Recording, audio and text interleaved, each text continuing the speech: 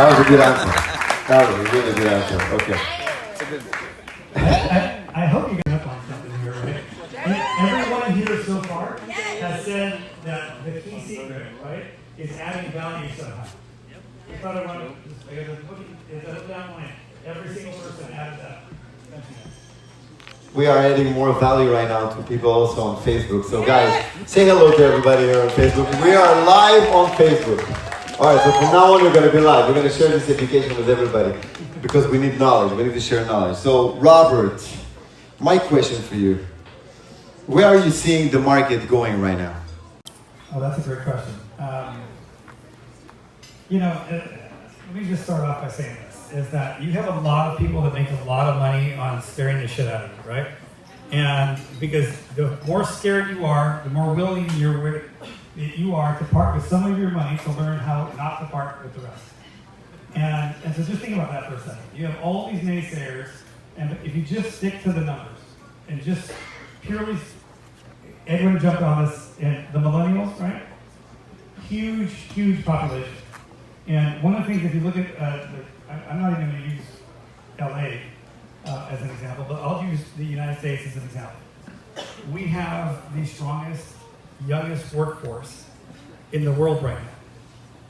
India has more people, great, but they've already peaked in population, and they've peaked in age. And so of the people that are coming to work, the U.S. looks the best. That's why there's so much foreign investment that's coming here. And so when you look at the market, listen, we might have some ups and downs, and we might have some small recessions here and there, but overall, it looks great. Now the problem is, right, we brought up and coddled this generation of kids so much that they're still living at home at 36. I mean, you guys were living at home at 36. Not one. If there's one, he's not raising his hand because he's probably the millennial one, right? So, but you look at this is, sorry. And you look at this, and you look at the percentage of people in households that are formed. And that's one thing that's key, is household formation, right? It used to be in the baby boomer age, it was in the 20s. Moved into the 30s. Now it's in the late 30s, and right now what happens is that millennial population is really moving into their late 20s, early 30s right now, and some have already hit their 36, 37 years old. So the actually 38, 39, I think is the oldest one. But what happens right now is if you look at the numbers, the biggest push from that age group is when they hit 36. 36 happens to be the median age for household formation, and they're buying at a very high number, right, within a year after that household formation. What is high? 55%. So if you look at, these are all like charts you can pull up, they're all statistics. You've got, you can just pull this up, and this is part of like the education that you have to know what's coming, right? So some of the things that I think will affect the market a little bit, we have the Casey Hawkins notice that they're trying to repeal rent control here. And so if that passes, there's going to be both some turmoil in that rental marketplace, but with turmoil comes opportunity, right? And so I will say that when you're looking at the marketplace, let me here. When the market crashed in 2008, some people struggled, right? Some people went under, and other people thrived. And if you're not educated, and I'm not talking like Harvard background or anything along those lines, but if you're not watching what's happening to your marketplace, and you're so busy doing what you're doing over and over again, this is a cyclical marketplace, and it changes. And if you don't change with it, you're not going to know, God, this used to work for me. Well, maybe I just need to send more flyers. And nobody's looking at flyers, they're looking on the internet. But you don't have an internet site, or an ad, or a Facebook ad, or anything, or you're still calling it the Google, right? You have to figure out what's next. It all works. You just have to work it. That's really the bottom line. You have to spot. Listen, anytime there's a change in interest rate, or there's a change in a law, it means one window of opportunity is closing and another one's opening. And so you have to be able to spot that. So instead of, like here, I get a lot of deals because I put up, what I do with agents is if they have a fixer-upper, I put up all the cash for them, and then I split the profits with them 50-50, right? So you can imagine I get a lot of deals that never hit the market. I haven't bought a property off, like on the MLS for the past I think if you're finding, I think it's 16 months is about going on. And, but you look at these opportunities, and most of those agents that bring in the deals is because they're able to spot that and say, hey, this is a good deal. Or, here's why it's a good deal. And for that key reason, I would say that the market, whether it goes up or down, if you're positioned right, it doesn't matter. Right? Yeah. Okay. Now I have a question for you, Edwin. Since he broker and the owner of the Lotus Group, and I know that in the past couple of years they grew up exponentially, like 50 agents, right? Now there's a lot of people here that they don't just want to be agents, they also want to be broker owners. So what's the secret to bring 50 agents in such a short period of time and to make yourself so successful? So we want to share that. Patience. Now I understand my term. The average age of my agent is 24. I'm 37 myself, so relatively I'm a young broker, young agent. All right. We started 2 years ago. And in a matter of 2 years, we were able to get 50 agents. We have an office now in San Fernando, office in Oxnard, and then our headquarters in Downey. The majority of those agents, we recruited from our own backyard. In other words, we look for young, motivated individuals. We put a tie on them, we got them licensed, we got them going. That's a great two things. Through great loyalty, because you're the one who's educating them and never lost faith in them. And then obviously the split, they start at a low split. Now, going back to that, the patience. I started actually when the market crashed. So I went in while the party was leaving. I was in. Where's everybody going? They go, here's a broom, clean up. I'm like, what the hell is going on? And so they never experienced that type of market. So I just feel this market's spoiling them, and they're not even realizing it. And once this market correction happens, 2-3 years, whenever that is, they're gonna feel the pain, and they're gonna really see how difficult it is. We got to go to work now. But it's really that, and then the partnerships. I have a great business partner who's helped me, and the major thing about that is that we're not alike. He's not me, and I'm not him. I'm a tough love leader. He's more compassionate. So it's a yin and yang. If there's two Edwins running the company, we would just fight to death and we'll break up pretty fast. But because he compliments me and I compliment him, the business has grown so fast because there's always support. Agents can either go to me or go to him, because it's hard being a broker. You need just so much time to kill your production. I'm still personally producing because at the end of the day, we haven't pulled money out from our company. All the money we've made, we reinvested back in the company because we're in growth stage right now. Cool. So because of that, I have to do that. But it's really just the patience and the right partnerships and the vision, and being able to see what's going to happen. So really just the value of training. It's all about education. We talked about it. We're doing it now. Education is important. Yeah. Right, and be different from the other offices that are not offering that. So most people, realtors, when they start, I recommend them personally to go to bigger companies so they can start getting the right education.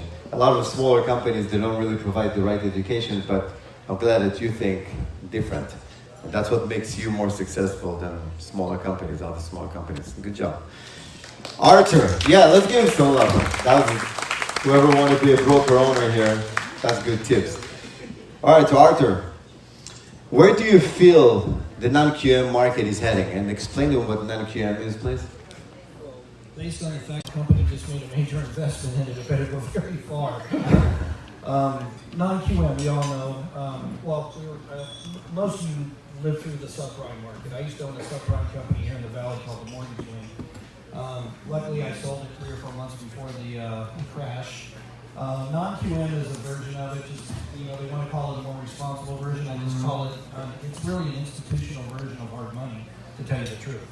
What we're trying to do with it, though, is we're trying to push it to those people that just fall out of the boxes, because we all know, how many of you have shown properties where you think they qualify, and then also at the last minute they don't? That's where this product really is going to take off. I think that the new product that's coming in, one of the main views that they're looking at right now is the LTVs, because a lot of the people don't do it because we're still at 75-80% loan to value, and they just don't have that.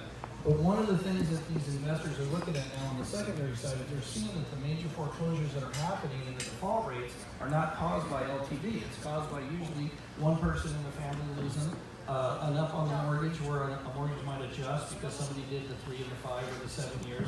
That's some of the areas that they're looking at. So one of the things that they're doing, and luckily with this new partnership that I'm doing with a company on actually a Japanese bank, they're looking at more of the LTV side of it, to raising the LTV and just tightening up a little bit more on the guidelines. So you guys, I think by the end of the year, you're going to see another 100% product that's going to come back, and it's going to help. The difference is it's not going to be 100% to 6 or 8 or $1 million. They're talking about going all the way to $2 million now, because like they said, the default rates are not based off just those, LTVs. One of the things you guys got to be really careful with, though, is understanding the difference in the product, because owner-occupied is looked at totally different than the non-owner-occupied. So you got to be really careful with that. Once again, we all know this is California, so there's no prepayment penalties on the owner-occupied, but remember, you're going to have them on the non-owner. So always sell it. Sell the product whole. Make sure everybody understands, and make sure that your lenders that you guys are going to use don't undersell, because everybody comes in and says, I'll give you an A-paper loan, when they've already looked at the credit, and they've already looked at the application, and half of the documentation. And then they still say, we're going to try to get you into an A-paper loan, and then it doesn't work, and they switch them over at the end. Have them sell the product up front. If they don't qualify, make sure that your lender knows it's okay, sell them the right product. Because that's where you guys are losing some of these transactions, where people walk because they just get so frustrated. The non-QM market right now is about 10, maybe 15% of the overall loans that are closing right now. You're going to see 30 to 35 by the end of the year. And I think, like I said, you guys can see the rates too, because, he's a hard money lender, and hard money's there for a reason. It's for, it's needed. I love hard money. Absolutely. The difference is obviously the rate. It's just institutional, so the rate's going to be a little bit different. I think personally like the name hard money. Everybody tell me, thank you so much, Art. Everybody tell me I should use private money because it's more soft, but I don't like to be soft. No. Hard money. Hard money is better. You want to call it easy money or fast money? Guys. All right, guys. So I have a question for you. We talked about doing average homes and luxury homes. So my question for you is, what's the difference in selling high-end real estate than selling average prices houses? She did. I want to hear your opinion. It's actually the same thing. It's a 30-day escrow when you show the properties and whatnot. The only difference is when you deal with the high-end clients, they're much more pickier, and you have to know so much more. You have to do so much more. You have to kind of speak differently. They have so much expectation of a property. They can X a property for just tiny little things. So you really have to know the market. You really have to know the area. You have to know every little niche.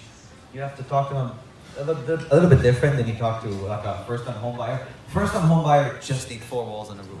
They'll be happy with almost everything, unless it's in the same zip code or area they want. Do you recommend it to the luxury real estate? Oh, it's a lot more fun. It's so much fun showing a beautiful property. Do you want to do luxury real estate, guys? Yes. Sell in the millions and get commissions in the millions? Not that easy, but yeah, it's much more fun. Everybody want that. It's nice to walk into a $20 million house and to brag about the view rather than Okay. not. All right, cool. We're going to go to a real estate attorney here. Save us. A real estate attorney. Why it's so important to review the title report? I want to hear this answer. I'm actually asking you this question for me. For a situation I have. If that's the case, you're on the time now. $500 an hour, that's it. Let's do it. Before I address the title issue, I think first of all, it's important to read everything. And a lot of people, even they go to the gym, they sign a contract for 36 months, they don't even look at it.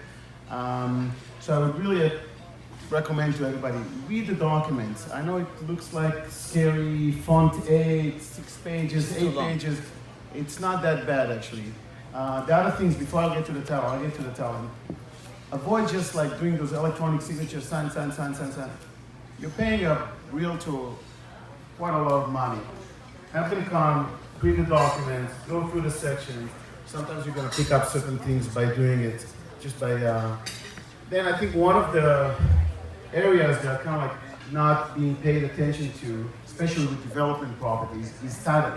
People buy properties and approve the title as one of those contingencies they just remove, and then they don't look beyond that. And what I mean by beyond that is look at the title report, ask for the title officer to review the exception for each and every one of the items there, and make sure that it does not interfere with your development, with your intended use, and other things. Sometimes you're going to pick up certain things that comes up like 5 or 6 years. Someone just actually asked me a question here in the crowd just before we started about an easement, that they have issue all of a sudden. So I asked them, the first thing, did you guys look at the title report to see if that thing is there? Because if so, not only did you have a recourse against the seller if they failed to disclose and they knew it, but also you may have potentially a claim against the title company, which is much better sometimes than having a claim against the principals. So title reports in general, they're not that complicated as well. I mean, usually you're going to have the first page going to describe the date, what property, you're going to have what kind of interest is in the property, and then you're going to have exceptions to the title. You have the taxes, you have sometimes mellow rules, sometimes easements, CCNRs, obviously the deed of trust that are encumbering the properties, mechanics lien, CD lien sometimes, or other creatures of titles, reciprocal agreement with neighbors that you want to know. All of a sudden you have an agreement that was signed 20 years ago between the two original owners, and they agreed not to cut trees and not to do this and not to do that. So even if you just reside in the property and not even developing it, but when you do develop property, it's even more important, because sometimes before you even get to the CD and the setbacks and everything, sometimes you have certain things in the recorded documents that's going to tell you a lot of things about what you can and cannot do with the properties. So I think that that's an area that people just sign the title, approve the title, and not even looking into it. And a lot of issues comes later on, expensive litigation. So you can avoid that thing by just examining the title. And it doesn't take that long, actually. If you have an attorney, receive that thing, or someone that even, sometimes I've seen like real estate brokers that are really good with that. They're obtaining the title report along with plotted easement, so it's visual, they can see it, they can explain to the owner, and it resolves a lot of issues later on. I agree 100%. Give some love. A lot of you don't understand that. Even though you have a broker that's backing you up, you really need to check those things by yourself, because you need to protect yourself and your broker. Even though you have a broker and he's going to get in trouble, you're going to get in trouble too. So you got to know how to protect yourself, especially if you want to be. Yeah, or call Malay and talk to him. Yanni. Yes. So since I'm the only woman on this panel, I'm going to I want to say something before you ask me a question. Yes. Girl, love. So the bottom line is this. What I'm hearing, because every time I go anywhere to listen to anyone, I always want to make sure I walk away with something. So I guess I'm turning it around to make sure that all of you walk away with something. The bottom line is, I kind of lie. I say I've been in the business 35 years. I've been in the business 37. But, once you've been over in any business over 30, people expect you to, come with your wheelchair. But I started when I was 9, it's quite obvious. So the bottom line is this: you must be educated. Real estate, for me, has been the most lucrative business. I raised and put 3 children through school and through college. Of course, now I'm with an amazing husband. But there was a lot that I was able to do that I couldn't have done without real estate. So my passion, my longevity in the business is that. But if you are not going to make this something of importance, you absolutely have to know how to read a title report. You absolutely have to know how to read escrow instructions. You absolutely have to fight for the escrow company and not just have one shoved down your throat because it's the seller select services. And not to plug anybody, but there's a person in this room who is involved with escrow companies. And if any of you were ever a cool banker or ever knew this woman called Lisa Gaynor and you're trying to figure out where the heck she is, she's going to be in a new office for escrow technologies in Studio City. Sorry, Yanni, I just have to do it because after working with her at Cool Bank for 20 years, there is no other escrow officer that knows that she's a third party but brings everything to everyone's attention. And just like having an amazing white money lender, and just like having an amazing attorney, you have to become amazing. So that's all I want to say. All right, so I have a question for you. Okay. On that note. The last question for you.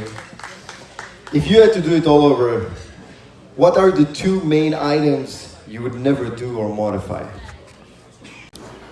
Well, what I would modify is my second husband would have been a millionaire, but since that didn't happen, I never farmed.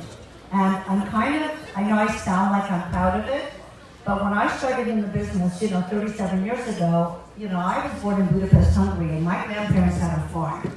So when somebody said you have to go out and farm, all I could think of is Feed the animals. animal poop, and it just didn't sound like something that was, elegant. And now I look at people who have farms, and what is farming? It's getting people to know that you're there and that you care, and that you have a little bit invested in their neighborhood. So that is what I would have modified or done differently. Because my farm or my source of business is pretty much referrals only, and all of those came from, one lives in Malibu, the other one lives in Beverly Hills, and one lives in, in the Hollywood Hills, and all over the place. So what do I do all day? I support the gas company. I support the gas station, the oil company. So I would have done that differently, and I would have started year one. The minute that I got my license, I would have started to get more educated. That's a good answer. Okay, cool. All I got. Let's give her some love.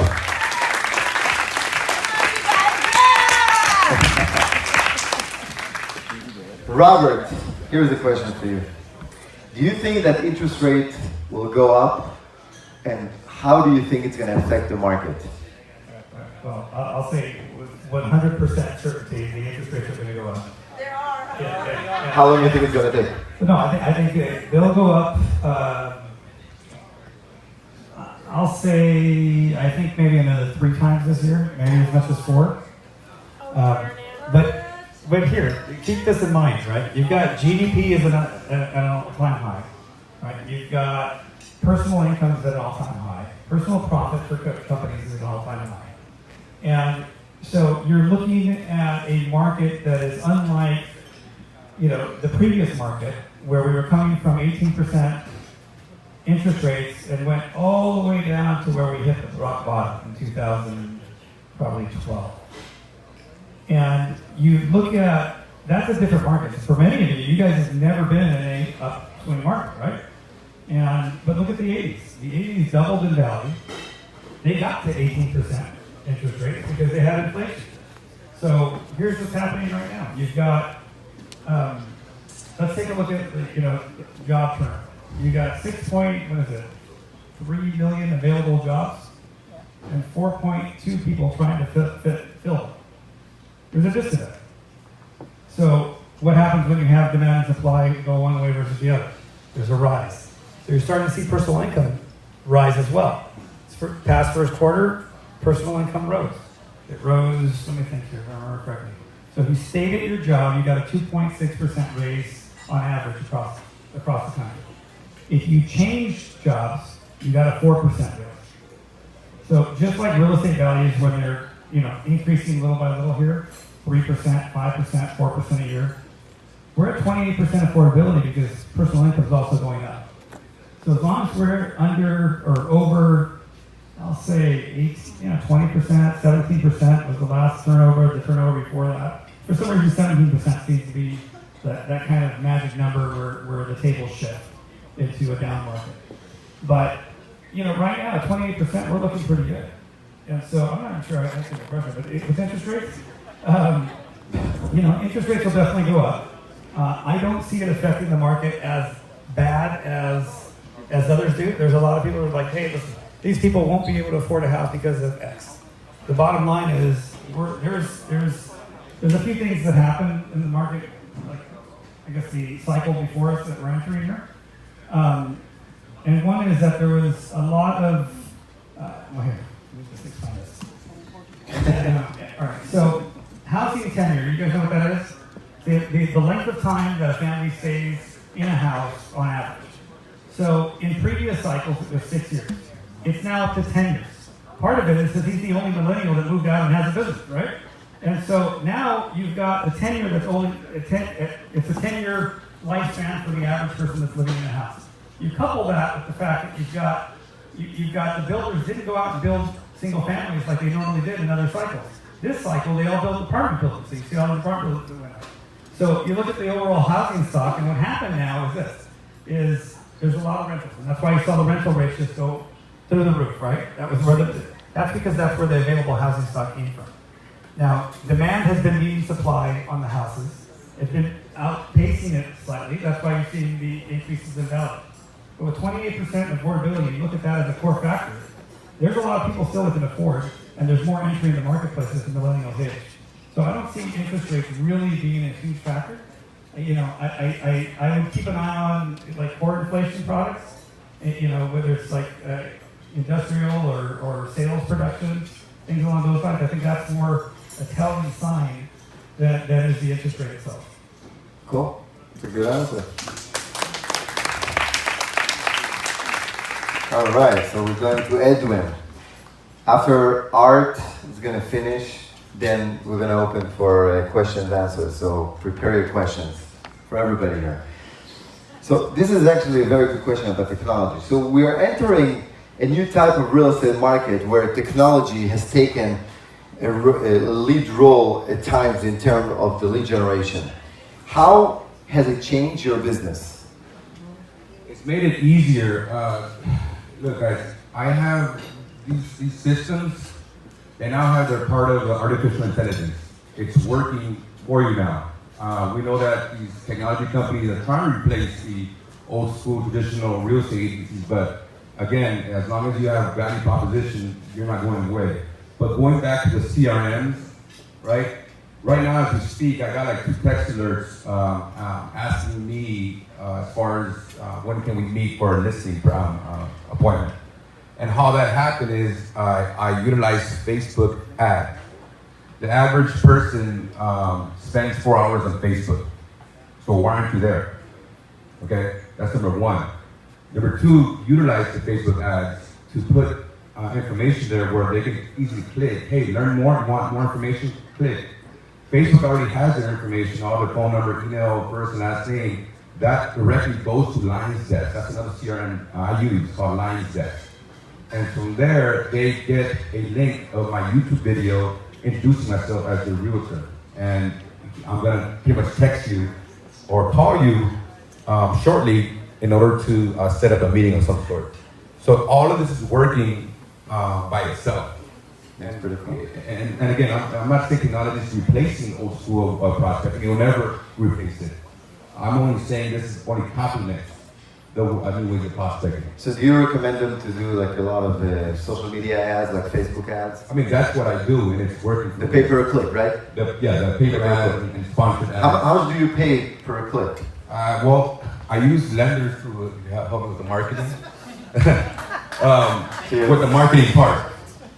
You pay the money, it doesn't matter. Right, the marketing part, because you can't do that legally. You have to have it done right.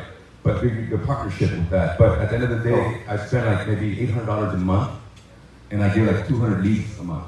Wow. Guys, 200 leads, $800 a month? Right.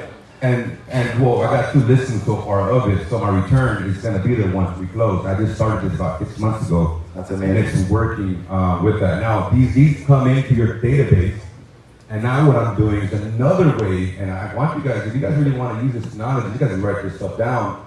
I use Slide Broadcast. What Slide Broadcast does is slidebroadcast.com. It will send out 13,000 voicemails on my behalf. So it's not going to ring. It's basically going to just land in the voicemail. And it's just going to be me talking like I'm calling them in a natural way, saying, hey, I'm going to give you a call. Are you actually looking to buying or selling? If you're interested, give me a call back. And as soon as that happens, the calls just start coming in. So you can't do that every single time. You got to space it out every 3 months. 13,000 voicemails, boom, out. So now you're working with efficiency versus having to do it the old way. So you have to figure out ways how to get the technology to work for you and make it be much easier. So it works. And you gotta, take it by its horns. Don't be Nokia, don't be Blockbuster. Utilize, utilize this information. That the technology is there. I don't know if you guys have seen that Google Assistant video, where it literally made a reservation at a Chinese restaurant for you, and it was able to understand the accent right off the spot. So it makes Siri look like a dinosaur at this point.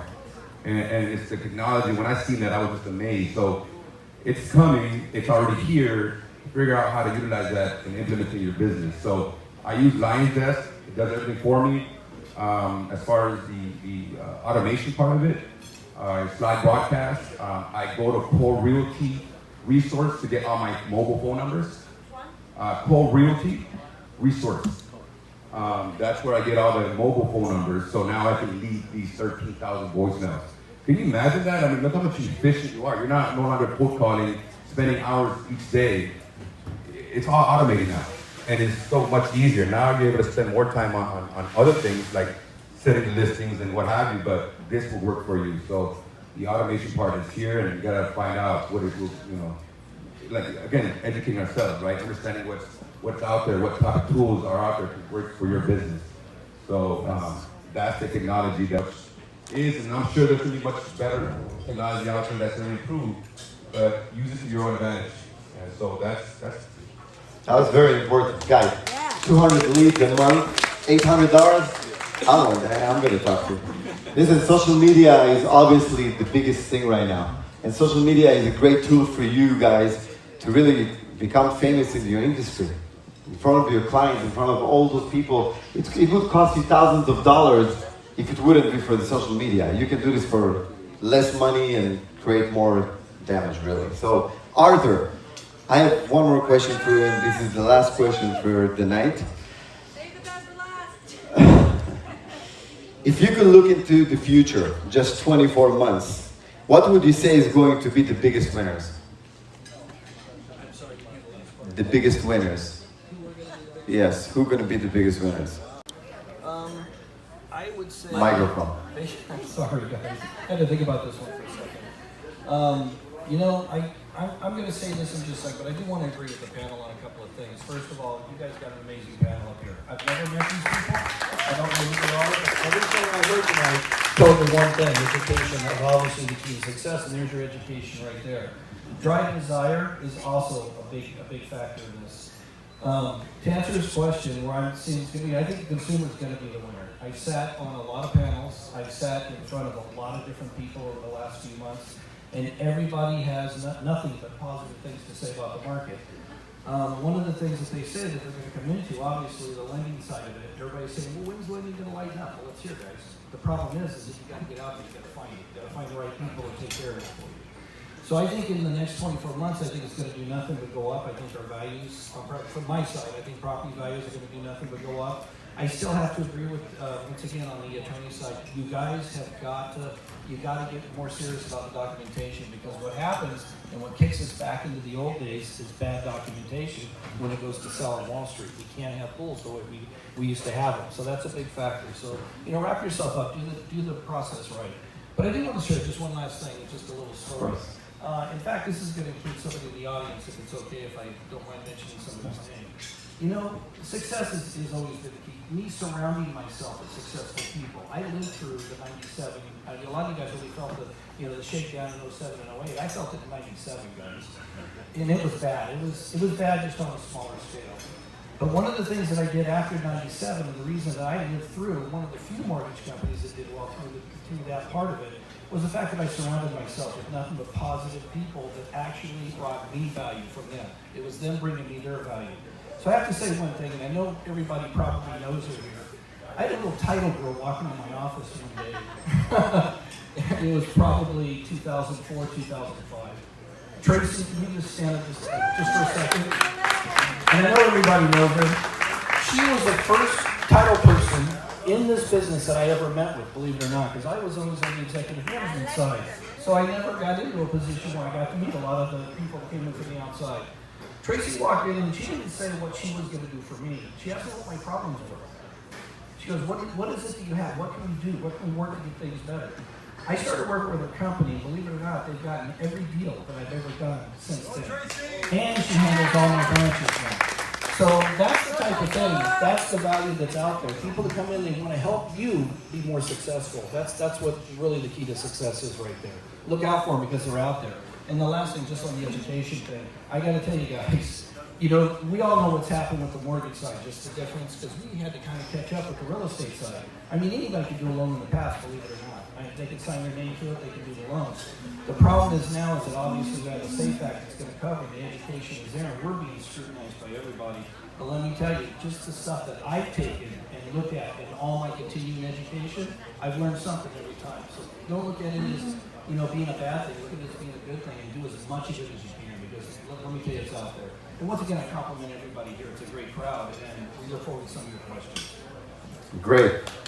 Guys, come on, let's give them some love. I want to hear some love. Come on. Woo! All right. Let's give Yanni a round of applause. No. Putting this together, because, you know, I see you guys all hanging out at the beautiful spot. Trying to help everybody. Thank you so much, Robert. Anyways, guys, let's ask some questions. We have some professional people here that can help you a lot in the business. You have a question over there? I have a question for Edwin and Arthur. Okay.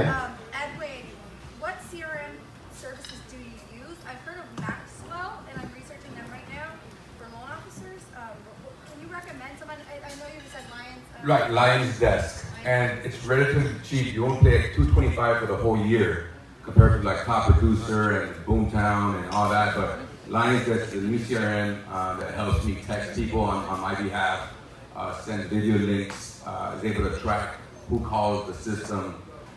It's a great, simple CRM that can definitely help. So Lions Desk right now, they communicate with Facebook. So as soon as the lead comes into Facebook, Lions Desk just takes it in and starts communicating with that lead, like right off the bat. So it's an interactive CRM. Thank you. Cool. Questions? Yeah. One more. Arthur, you said non-QM products, you're going higher on your LTVs, but you're still qualifying them based on like bank statements or things like that, right? Do you see that being more of a risk, higher LTVs and just qualifying them on income? What if they lose their jobs, or do you see that? Well, I don't know. I'm not going to change the factor that we still have to qualify, whether it be at 80% loan to value or 100%. We're still going to have to qualify. Same type of ratios. We're not moving any of the credit criteria at all. The issue that comes up with the LTV is when they did the reports, and this was after the crash, actually in '97, they found out that the smallest percentage was done based off, because the person could come in, they could put 50% down on the house and still go in default. It wasn't a base, the default rate was not based off the LTV factor. It had to do with the credit criteria, it had to do with two people working. At the time, they wanted to buy bigger homes, so two people had to work. Well, what happened when one person lost their job and then their loans started to adjust? That's where the secondary crash started happening in '07. What they're doing now is that they want to get people in homes, but like you said, they're looking at factors like the 10-year tenure that you were talking about, people coming in there for 10 years, and also they look at the amount of servicing value of loans. If I do a loan today, I'm going to service that loan, being a seller servicer, for probably 6 to 7 years right now. That's my servicing value. So I will capitalize that cost, and I will say, look at how easy do I want to make the guidelines? It's based off how long I'm going to service these loans. Back in the day, though, you got to remember, the servicing value on the loans were so bad that they were selling them like it was 5 years. They were overcapitalizing the servicing. When the loans were technically going dead, usually you would sell a property or the loan would go dead within 2 to 3 years. That's what caused the crash. It wasn't based off the LTV, so they want to get more people in home and open it up for them, but they're not going to move on the credit criteria. So if they got to have a 40% debt ratio, they're still going to have to qualify with a 40% debt ratio. The difference is, I would rather see somebody have reserve in the bank and say, look, you keep your money, put it in the bank, do 100% loan to value, because then they got some cushion and some reserve. I also know the fact that if I do this at 100% LTV, it's going to protect me on the refinance. I'm not going to have the premium recaptures that a lot of the companies had in the past, which is really what put everybody out. A loan goes bad, you have to pay the market back, guys. So if those loans aren't going bad, I would rather have a higher LTV. They're not going to do a cash out refinance. They're not going to want to do a rate and term, because you're not going to do a rate and term. These are only for purchases. So we're not going to move the LTV for that. So we're protecting ourselves, but we're helping the market as well. Cool. Yes. Sandy, you have a question, right? I was just wondering, you said it's Lions Desk? Right. Does that protect from people on the do not call list? Does it sort that out? It depends. So the phone numbers come from Facebook, so they already gave you the authority to give that private information. So in essence, you're already giving the permission to get called. So they're coming straight from Facebook. Right. Cool. Questions? Yanni, Yes. please. Go I ahead. just want to say, thank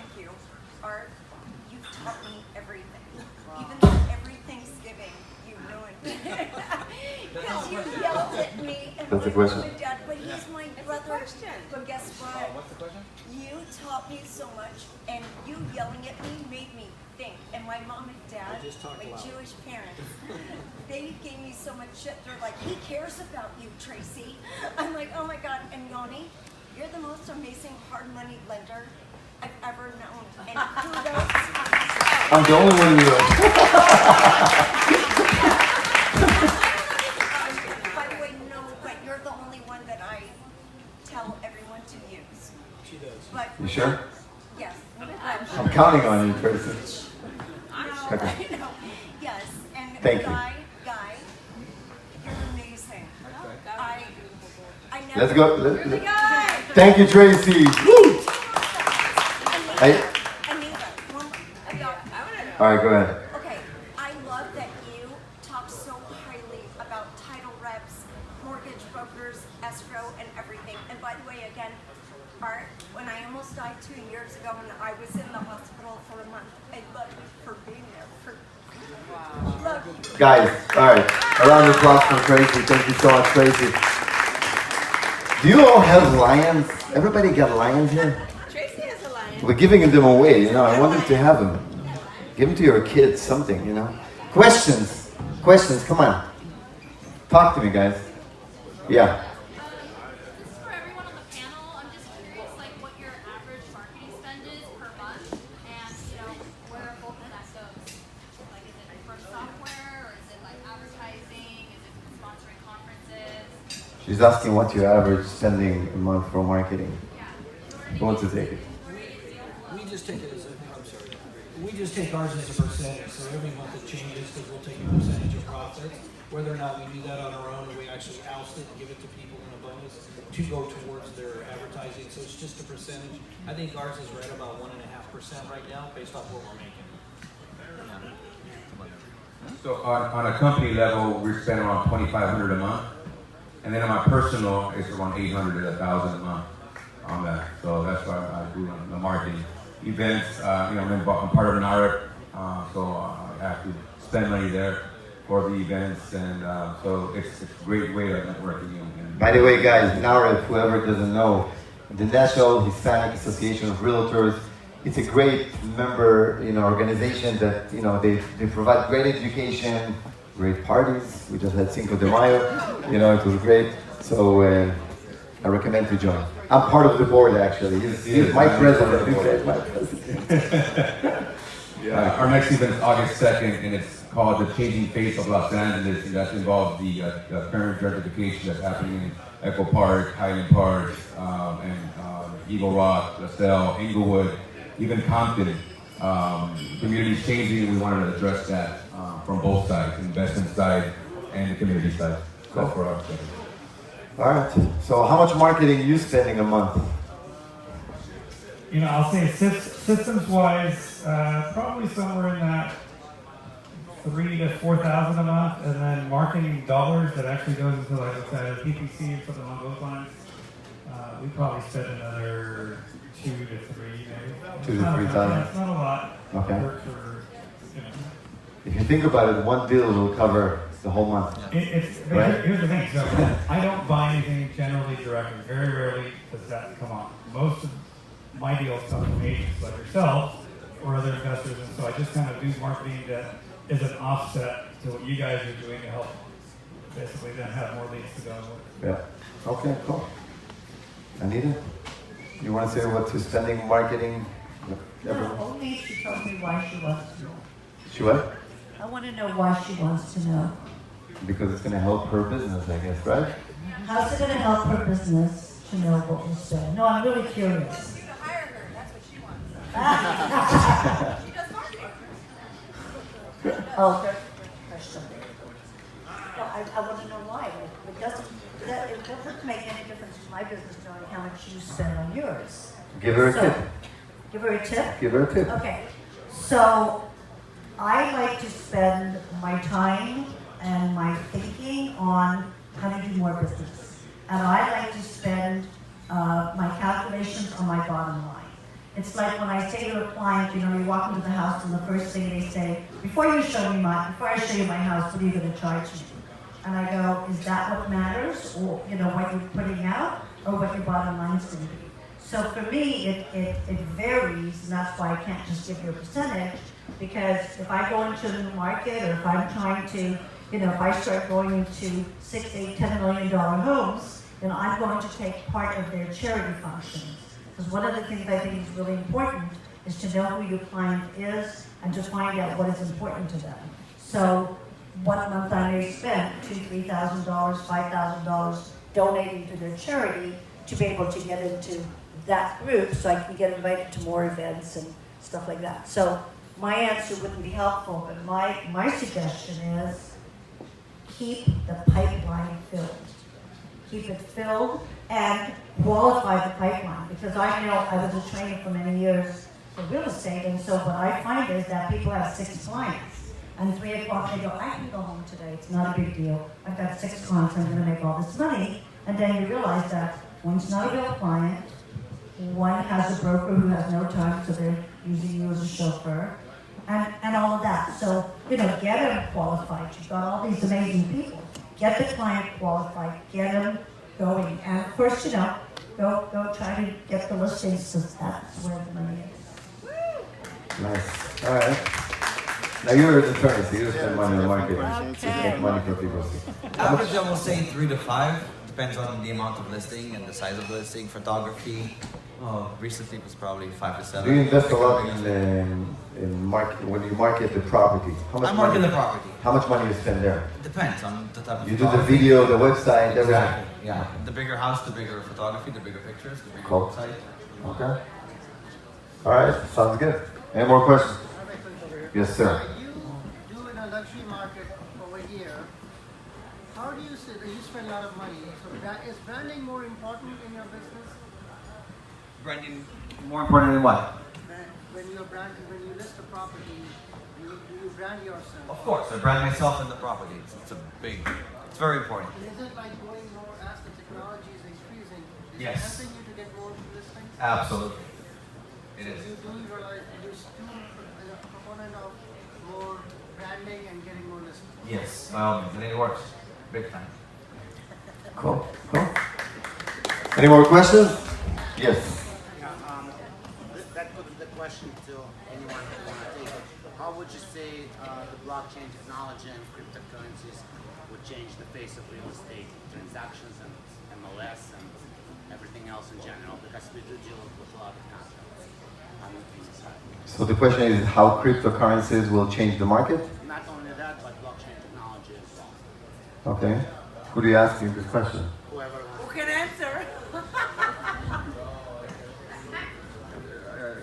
Cryptocurrency, right? I currently have 10 coins of Ethereum right now. At one point it was worth 18,000. I had put in 7,500, but it went back down to 8,000 now. So it's there. The blockchain, it's still in its infant stages, right? It's basically trying to replace the banks and the central financial system.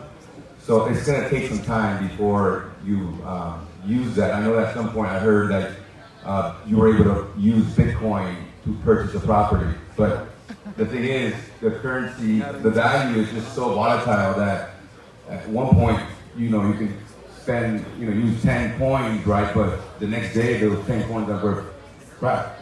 So you can't use it. It's not going to be worth the same.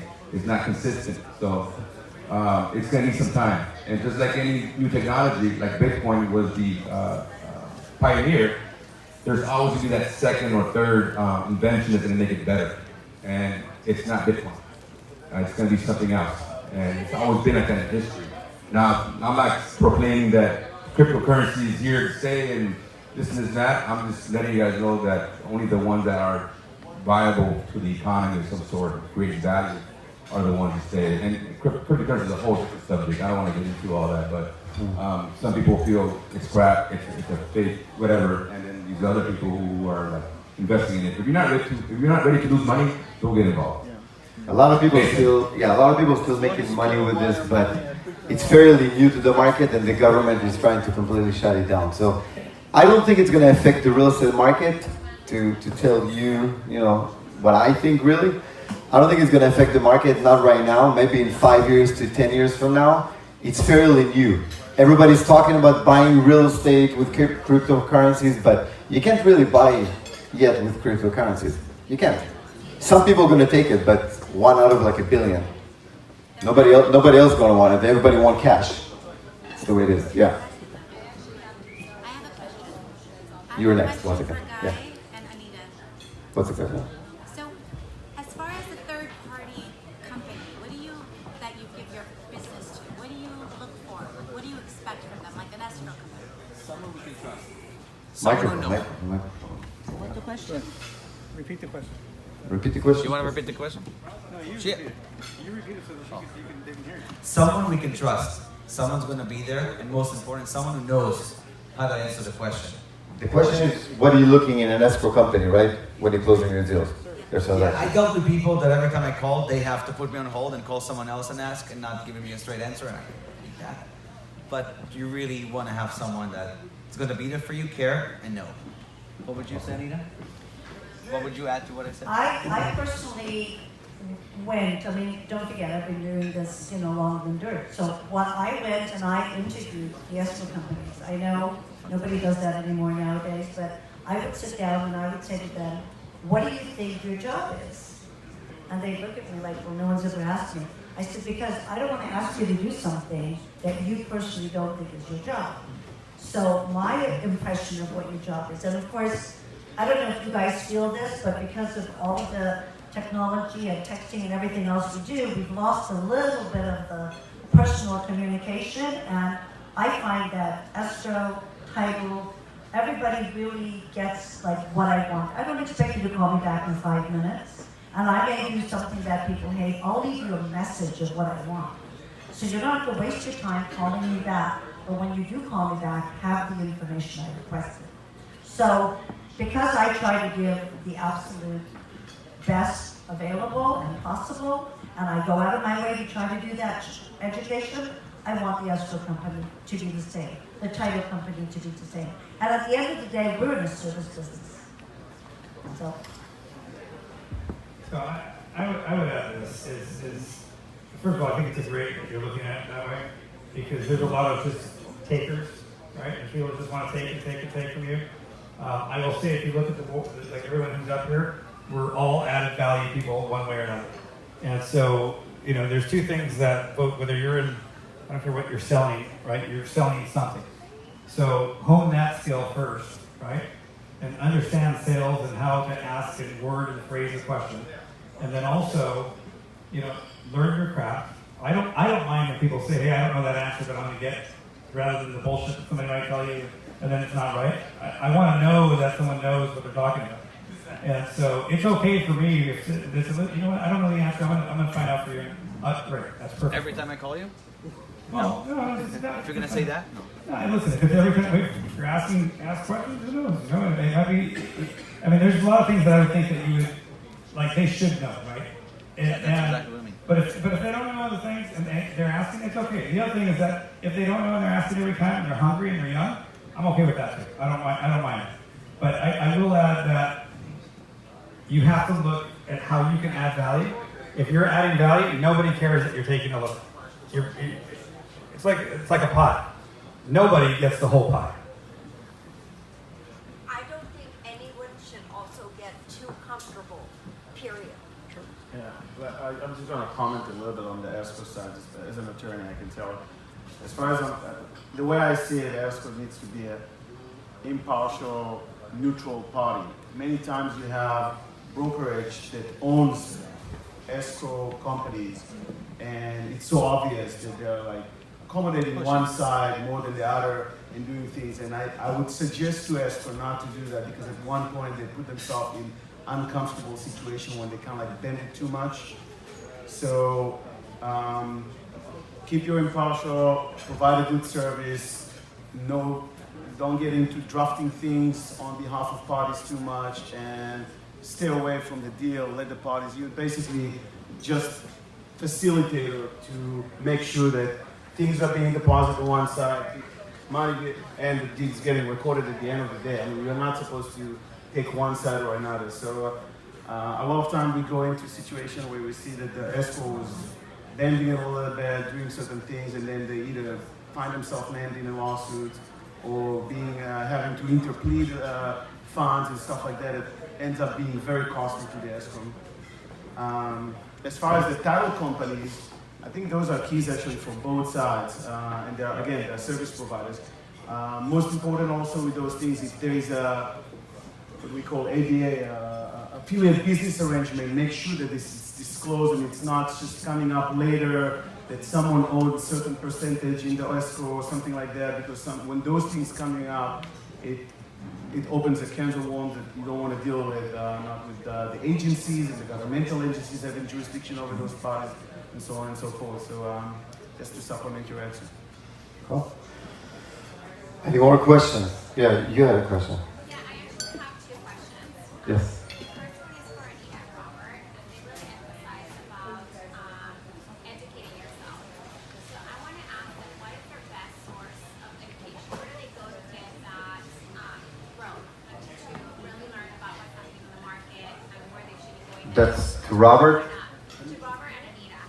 Robert and Anita. So the question was, where do we go for sources of information and education? Yeah. You know, I read a lot. I don't sleep a lot. You know, it's for me. You know, I might sleep. I mean, now actually, I think I sleep a lot more now. But maybe 6 hours a night. That's not a lot. No, that's a lot. Yeah. I used to sleep 3.5, 4 hours a night. And you know, when you're in that build mode, that's what you do. But so far as education is I take my downtime to read, and you know, whether you're on the CNN side or the Fox News side, it doesn't matter. Read both, because somewhere in the middle is probably the truth, right? And so, you know, you look at everything. I look at reports. I mean, there's a B of A and HSBC both put out a report. They do it once a month, and it's got one question. It's a survey of agents that says, how was your open house? As expected, worse than expected, or better than expected? That's a great first indicator for how the market's changing. You know, there's other things that you can look up from, demographics. There's a guy, what was his last name? Logan. You know Logan? Logan? Yeah, Logan. Little kid? No, Motahashi. Anyway, he's a lender also, but he's kind of an economist. I like him, and I don't agree with him every time, but all he does is put out graphs, and then you can interpret the graph yourself. And they come from the census. I will say that a lot of great sources, by the way, I learned this through NAR, was meeting your senators and representatives, and they have every possible report for free that you can possibly think of. And so you just have to look for it, reach out to your representative. They're surprisingly more accessible than you would think they are. But really reading into every little change, I would say, is for me. So I think that pretty much covers it. I happen to like things like the Inland News. When I was previous to the Coal Banker, we had a lot of, whatever company you work for or with, if there's trainings or seminars going on, like people like Yanni, who put on events like this, and I'm not trying to, whatever that's called, but I'm not trying to bring it that much attention to Yanni, because you can't walk down the street with him without somebody saying, aren't you that guy at the top of the bed? Anyway, but I think we should give Yanni a round of applause just for having us all here. So we can't get Just for holding the phone, I need to get around the phone. Because my hand is so tired. But Yanni definitely contributes to that, because that's why some of you are here, maybe most of you are here. I mean, I know I'm walking away with information from this panel. So imagine 37 years ago, no internet, no cell phones, and no, it was the fossil age. But imagine what we didn't have. Now there's not a question you can have that you can't Google. So again, I think it's really important to go back to the basics. What are the 5 most important things? Who do you want to be? Who are you? What are your goals? Do you want to just sell 5 houses a year and enjoy your family? Or you want to work, like we do insanely, 50, 60, 70 hours a week? And then go with that. Like, I think the problem in a way is we almost have too much information. And if you haven't been doing this for 5 or 10 years, it's very hard to disintegrate the important stuff from just the stuff, you know? So does that answer your question? Whoever it was that asked it. You know, to add to her point, your source, just make sure they're well-known sources, because the internet is full of bullshit. Who said fake news? I'm going to shoot you. It's not Donald. No.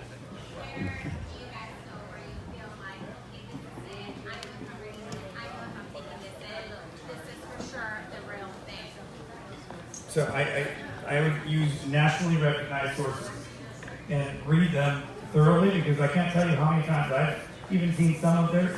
Like if you look at a statistic, there's so many, it's all perspective, right? And there's different ways that you can spin a story. That's why someone says, hey, so-and-so is lying or they're wrong. Probably not 100% wrong. It's probably a snippet, or snippet, whatever. We need a drink on Any more questions, guys? Yes. What the differentiator is when you're trying to earn someone's listing, what value do you guys bring to that listing appointment to earn that business? Who do you ask? Yanni, repeat the question. That's to everyone. What do you do differently than anyone else to earn the listing? What do you do different than other people in order to get the listing, other agents, your competition?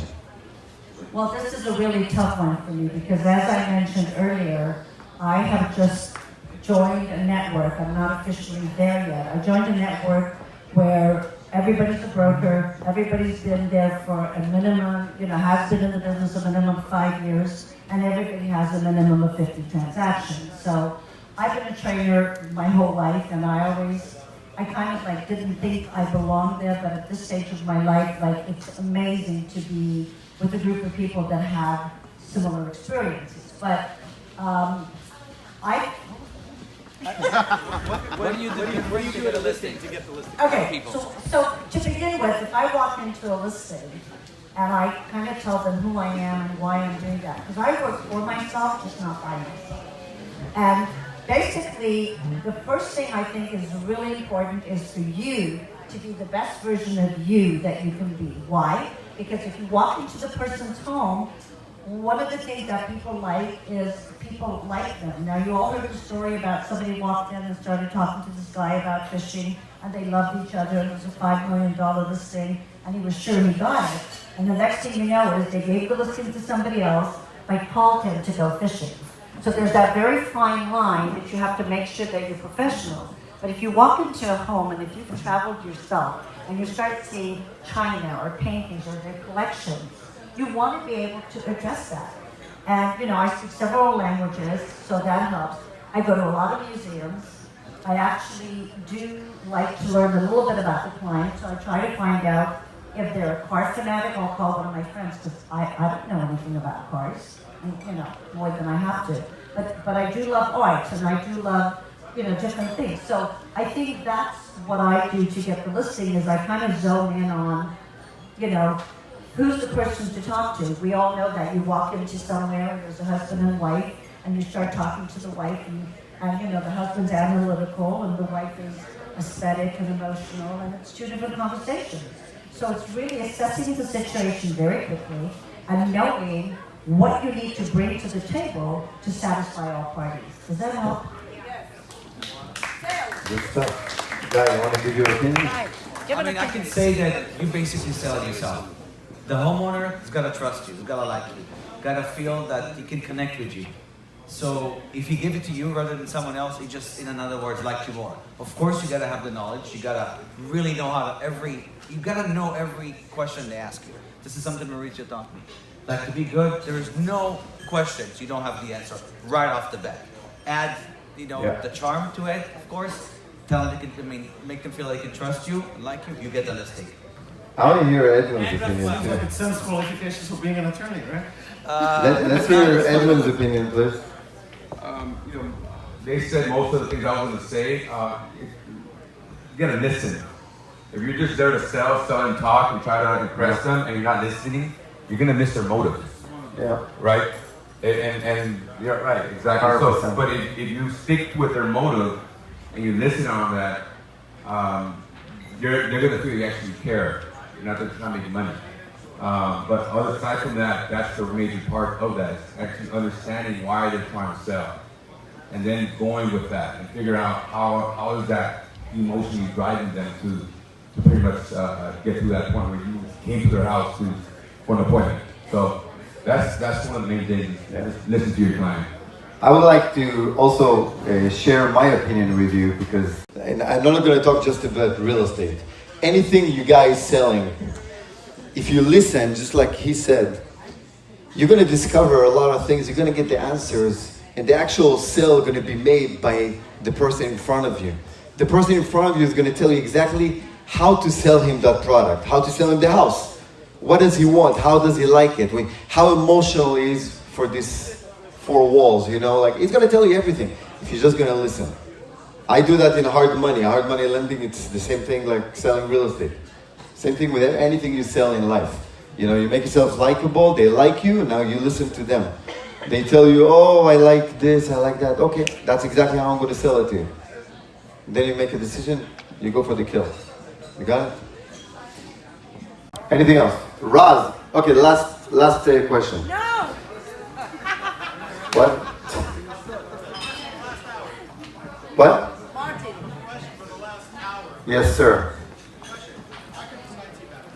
Everybody's doing it, hiring, let's say, 1.5 million to about $2.5 million homes, smart homes, Control 4 system, $25,000 to $30,000 system. What is the difference when it comes down to the sale point? If you do a $2,000, let's say Alexa, controls, switches, garages, locks, versus doing a $30,000 system when it comes to the sale. Okay, so I think I heard this question. His question is, when you do smart homes in a luxury market, what's the difference between investing $30,000, $40,000 on the smart home instead of doing just like a $2,000, just like Alexa, Google, you know, robot, whatever it is? We're talking about speakers as far as sound, as far as TVs, as far as... I met the builder of the guy who built the house that was on the market for $250 million. You know what he said? Up until this house, I used to measure TVs over inches. Starting this house, I measured them over feet. And he has 18 feet TVs. So of course, it's like, what do you want to get out of the system? As far as the speakers, as far as... Value 2,000 to about 4,000 square feet. I understand what you're doing. No, I mean the 250, that's an exception. 20,000 square foot home, the range is the problem. I understand that. You have range extenders too in your homes. So what is the difference when it comes to selling? It makes it more desirable, I would say, with a better system. Control 4 versus the new Alexa. I'm sorry? I said, everybody knows Alexa. It's Google, smart home. Correct. You build them in the ceiling, now you can even have built-in switches. Nobody even knows it's there. Exactly, as far as the light. Those are $100 things versus $30,000. Correct. It's just like I would say the ease of use. Some of them just have different features that Alexa doesn't have. Once you learn it, it just works much better. Go ahead. I'll tell you, it depends on the market, because we're flipping a lot of houses, right? So we put some of this stuff in. It doesn't matter that big of a difference, because you can only find one buyer. We had a very simple, just a Nest, you know, kind of controller on one.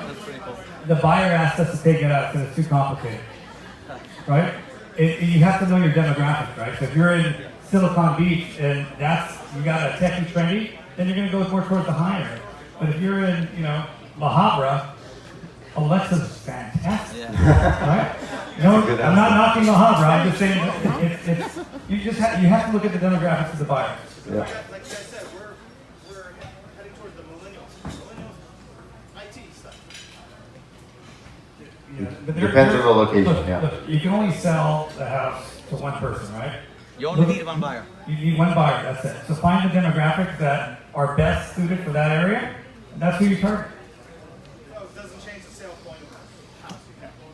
The only thing, The value. the only thing I think that could be added to that is to look at your budget. Give them the best you can in the budget. Give them the best for the value. Put on your profits, and that's it. You present something that is clean and it's got the basics, the hardwood floors, and even a couple of I'm not going to call them gimmicks, but just a couple of things.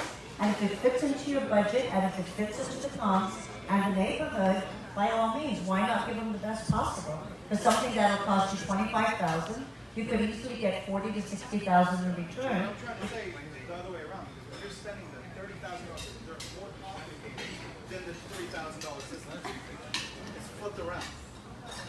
That was what I'm trying to say. Yeah. What he's saying is basically that the more expensive systems oftentimes are more complex and require education for the buyer to come in. Yeah. Okay, so then don't do it.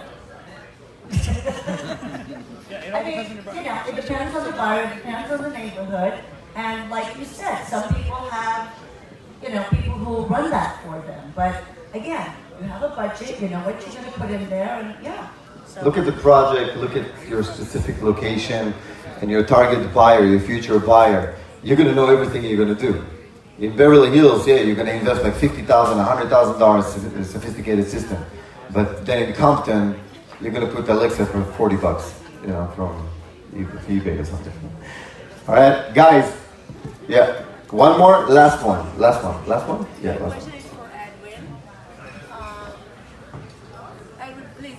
I was wondering if your target market is, let's say, versus we're coming out of the baby boomers into the millennium, and if all your social media as Facebook and with the Lion Desk and everything, are you targeting 20 to 37-year-olds into, would it be first home buyers, or if you can elaborate on this? Is there a target market? Millennium, do I need to know more of millennium? So, I got a 24-year-old that's working for me, and he does that demographic targeting on Facebook. So he can directly connect with a certain age group or a different city or only homeowners. He knows how to move that around on Facebook. The Facebook has those settings now where you can directly just target a certain demographic. So it depends on what I'm looking for that campaign. The campaign will run for a week, and at that point, I'll get those returns. Something simple as a video of a couple sitting on a couch, and they're pretty much like crunched up in the couch, and their parents are making out in front of them. They're like just feel so uneasy. But psychologically, what you just did is, hey, that's our situation. We should buy a house and move out. And so those type of videos are great advertisements that you can do and pretty much pick them up from there. IG, Instagram story is another good one. You should really go on there and, if you're doing an open house, tag the city. Because if you tag the city, you're going to get some followers that don't even follow you, but they're going to ask you, hey, how much is that house? These people are, they follow the city, and in essence, they'll see your post, even though you guys are not friends on Instagram. So that's one of the things I learned about IG story. Everyone's going crazy about the IG story. It's so easy to use, the video, that's where everybody's at. So I suggest be where everyone's at. That's where you have to be. And I hope I didn't answer the question, but Facebook allows you to tune in on that. And depending on the campaign, I can go out to sellers or buyers the other week. It just depends. All right. About Facebook, guys. I ran out of battery, so we need to say goodbye to the live Facebook. Goodbye, everybody. Say good night. Good night. Good night. Good night. Good night.